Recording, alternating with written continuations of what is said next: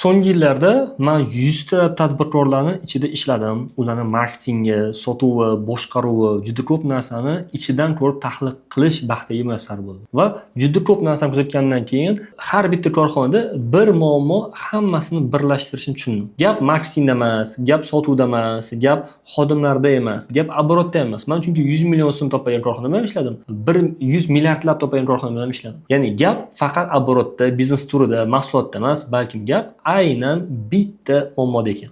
Agar siz bu videoni ko'rgan bo'lsangiz, videoni oxirigacha butun biznesga qarashingiz, fikrlashingiz va biznesga nisbatan dunyo qarashingiz ham o'zgaradi bo'lyapti. Bo'lmasam boshladik. Hozir o'zingizga bitta savol bering. Agar shuni telefonlarni o'chirib, chet elga bir oyga sayohat qilgan bo'lsangiz, biznesingizda nima o'zgaradi? Savdo, marketing, ishlab chiqarish, umuman mijozlarni rozi qilish nimalar o'zgaradi, nimalar yaxshi qoladi-yu, nimalar umuman tushib ketadi. Menimcha savol javobi aniq bo'lsa kerak. Ya'ni bir oy borsam biznes turib tushayotgan bo'lsangiz, aynan to'g'ri videoni ko'rasiz.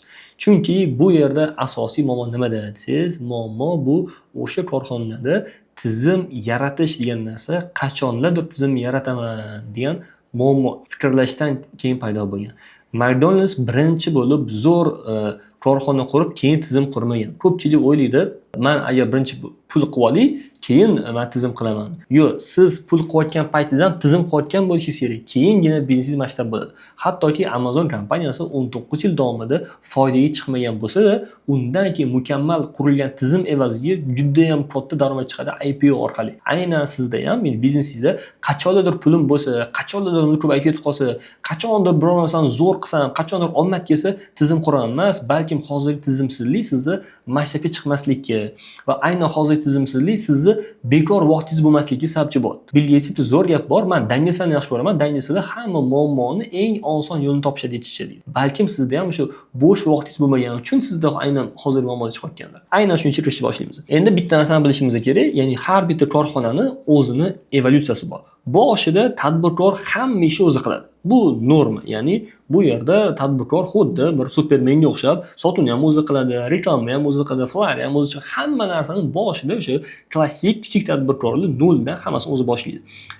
Va o'sha paytda oldiga eng yaqin bo'lgan, eng ishonchli bo'lgan, eng tanishlarni ish olishni boshlaydi. Masalan, qarindoshlar, jiyanlar, o'rtoqlar, mahalla shu odamlar ish olishni boshlaydi. Va katta muammo bunda emas, undan keyingi etapda boshlanadi. Ya'ni agar tadbirkor filial qilaman degan paytida, kengayaman degan payt va pul tanqisligi kelgan paytida, ana endi biznesdagi boshqaruvdagi muammolar, tizimsizlikdagi muammolar paydo bo'ladi.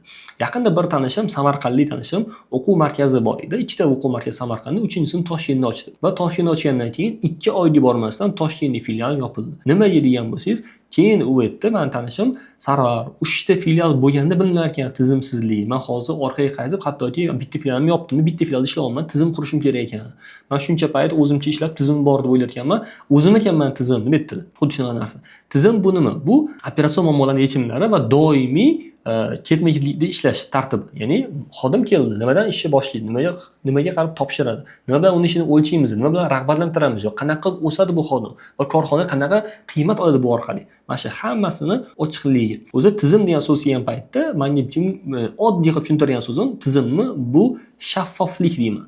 Ruscha aytganda prozrachность, ya'ni qanchalik ishxonada hamma shaffof bo'lsa, ishxonani xodimlarning daromadlari o'sishi, KPI, xodimlarni moslashtirish, yangi mijozni olish, unga xizmat ko'rsatish, hammasi qancha shaffof bo'lsa, shuncha korxona o'sishga va masshtablashga tayyor bo'ladi. Va o'shanda men korxonalarni tekshirayotgan paytimda bitta narsani bildimki, deyarli hamma tadbirkorlar tizimni qachondir quraman deb o'ylashgan. Lekin tizimsizlik ularni boshi ber ko'chaga olib kelib qo'ygan paytlari bo'lgan. Ya'ni hattoki bitta korxonani bilaman, tog'a va jiyan biznes qilishgan va u yoqda bitta zo'r narsa bo'lgan. Butun hamma reklama tizimlari, CRMdagi hamma raqamlar, hammasi jiyanni telefon raqami berilgan hamma mijozlarning bazasiga.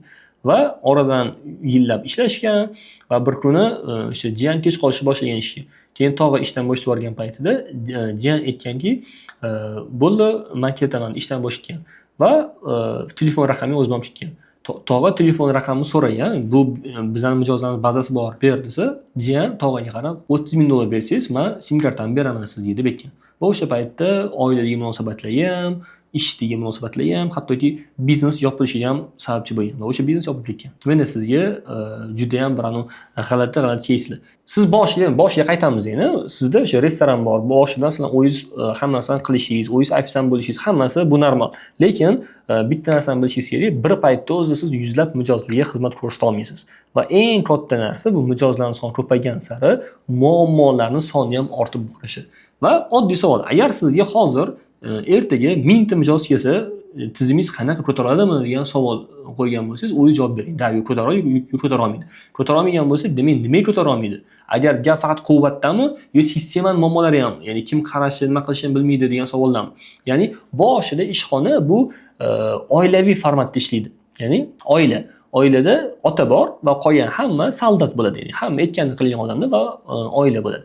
Ikkinchi etap bor, bu futbolning komandaga o'tish etapi. Futbolning komanda qaysi desa, futbolning komandada eng muhim narsa bu struktura, kim himoyaga qaraydi, kim zashtaga, kim hujumga, kim sentrda o'ynaydi, kim varataga turadi. Mana shu hamma narsani o'sha aniqligi, hammani o'zini ishini tartibi, ishini topshirishi va KPI'lari ham aniq bo'lishi boshlaydi. Bu ikkinchi etap. Lekin juda ko'p tadbirkorlar shu oila bosqichidan keyingi bosqichga o'tishga qiynaladi. Chunki bu yerda xodimlar ham yengillikni qabul qilmasligi, yengillikni olmasligi mumkin. O'zim ham 3 yildan beri biznesda bo'lsam, ishonasizmi yo'qmi, birinchi yil boshlagan biznesimdagi bolalarning hech biri oldimda qolmadi. Hech biri. O'sha paytda juda yaqin, biz aka-uka edik, birga ovqatlanardik, hammasini birga qilardik, chet elda birga chiqqanmiz. Juda ko'p narsani birga qilganmiz. Lekin biznes o'saman degan paytda shu men bilan birga o'sgan bolalar o'sishni xohlamadi, yo bahona qildi, yoki umuman ularga komfort edi o'sha oldingi jarayon. Ya'ni men o'sha birinchi etap, ya'ni ular bilan birga ishlashim, men aytdim, tepaga chiqqanim sari, ya'ni ko'proq davom etganim sari xodimlar soni ko'payishni boshladi, men vaqtim yetmasligini boshladi hamma xodimga va o'sha yerda zo'r muammolar kelib chiqdi. Ya'ni eski xodimlar tizimni yangilanishini, o'sishini, maktablarga qarab yurishini xohlashmadi. Bundan keyin bo'lsa birinchidan hamma xayrlashishni boshladik va tizimni keyingi bosqichga olib chiqish uchun yangi xodimlar olishni boshladik. Eng qiziq, yangi xodimlar moslashtirish, ularga o'rgatish ancha osonroq bo'ldi. Eskilar ishlash ancha qiyin bo'ldi. Endi sizda bitta narsa, odamni emas, tizimni ko'ring. Ya'ni ertaga agar faqat yangi xodimlarni ishga olgan bo'lsam, men hammaga menga ish olgan bo'lsam, nima ishdan boshlayman va qanaqa natijaga qancha vaqtda chiqaman degan savolga javob topa olsangiz, demak sizda tizimga ancha yaqinlashyapsiz.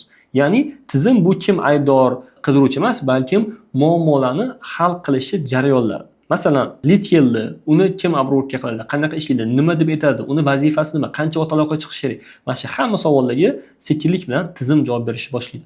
Agar siz tadbirkor bo'lsangiz, sekin-sekin o'sha tizimga qarab yurayotgan bo'lsangiz va bu video aynan sizga tizim qurishim kerak deb o'ylayotgan bo'lsangiz, demak, to'g'ri videoni ko'rasiz. Endi tizim qurishda kerak bo'lgan muhim narsa bor. Birinchisi qaror qabul qilish. Menimcha, shekilli, shunaqa tuyulibdi, shunaqa deb o'ylanmam emas, balkim aniq raqamlar bilan qaror qabul qilishingiz kerak.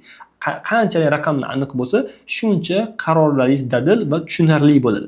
Ikkinchisi bo'lsa, bu sotuv. Ya'ni ko'p tadbirkorlar faqat sotuvni natija deb biladi. Siz bo'lsa sotuvning jarayonlarini ko'ra olishingiz kerak. Ya'ni qancha sotuv bo'lish uchun nechta mijoz demo olish kerak, nechta mijozga uchrashuv borish kerak, nechta mijoz bilan gaplashish kerak.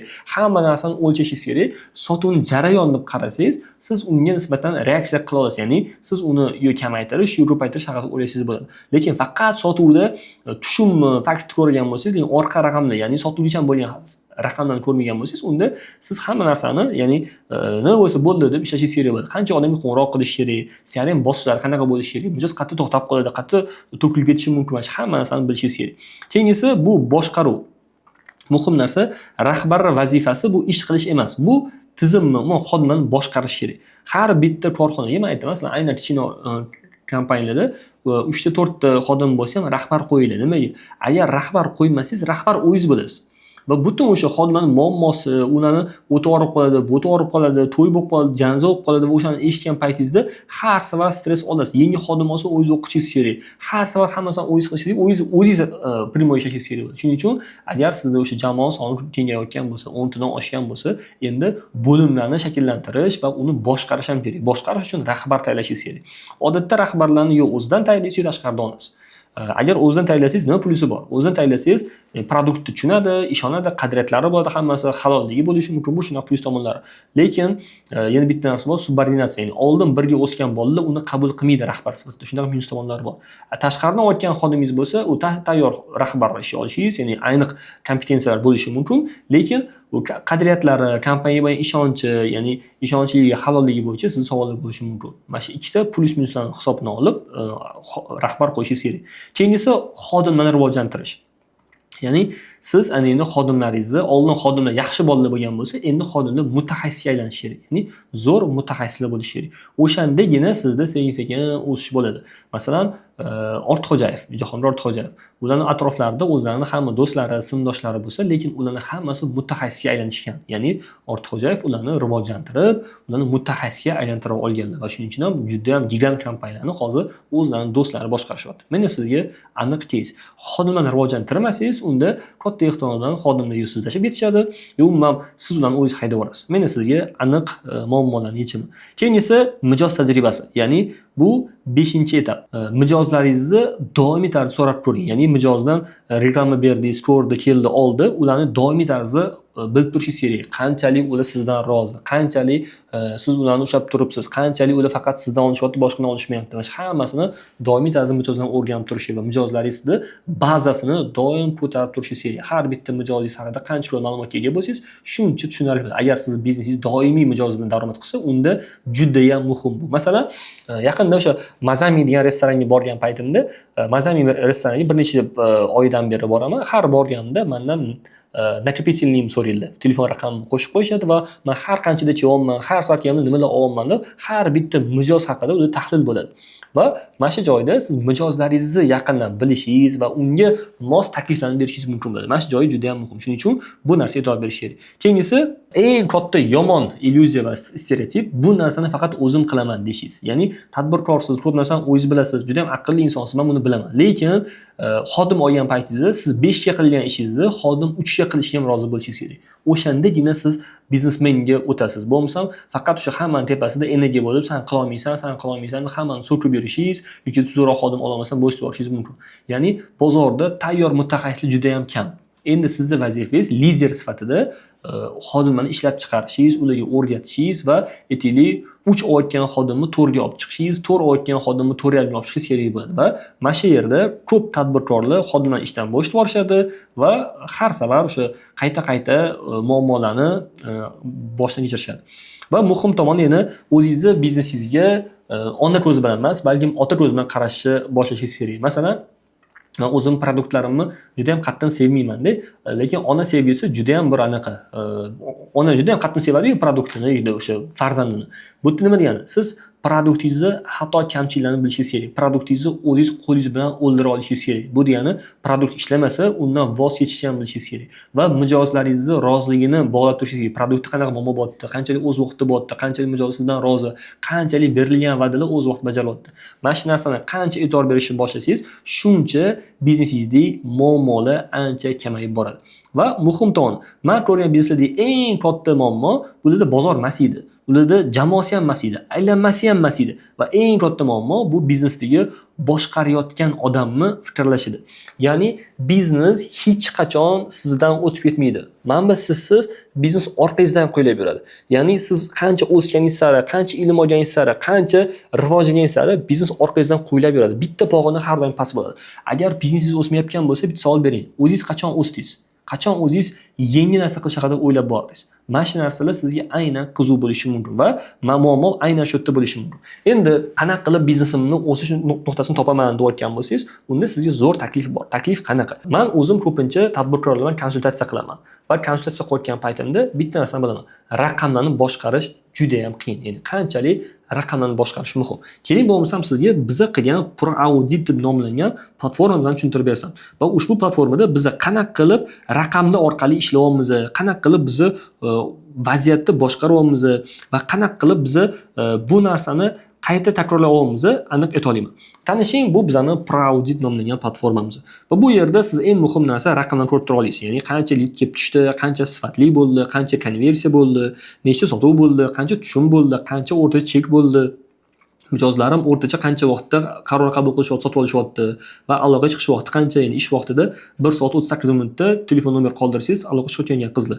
Qancha ob'yom qilinyapti qizil tomonlama, mana shu hammasi ko'rishingiz mumkin va muhim tomoni har bitta zapislar haqida ham sizga aniq tahlil bo'ladi. Chunki bu sun'iy intellekt bor. Mijozingiz o'zi kim? Meni 28 yoshdaman, o'rtacha mijozim, 6 yarim kunda qaror qabul qiladi. Uni qo'rquvlari nimada, kutuvlari nimada? Mana shu hammasini siz sekin-sekin ko'rib, bilib yura olasiz.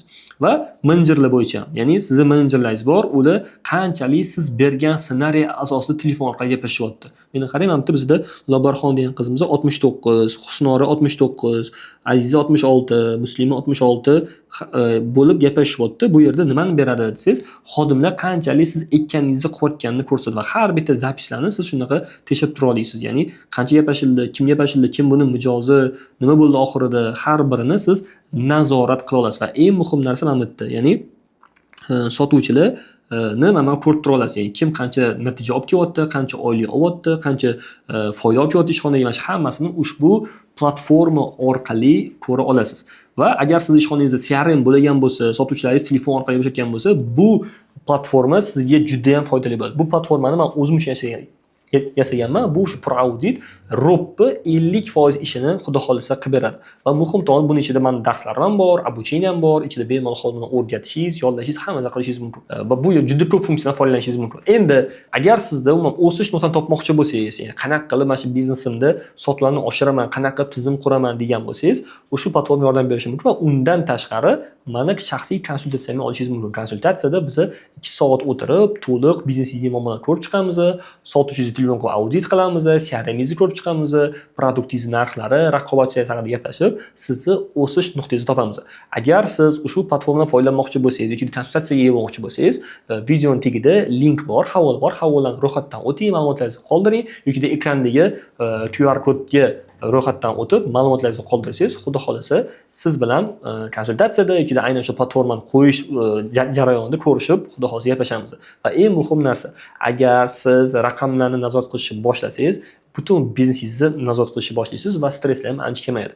Agar videomiz sizga yoqqan bo'lsa, agar videomiz sizga foydali bo'lgan bo'lsa, videoga like bosib qo'yishni va kommentariyada nima insightlar oldingiz, nima sizga foydali bo'ldi, shu haqida qoldirishingizni ham so'ragan bo'lardim. Keyingi videoda ko'rishguncha salomat bo'ling.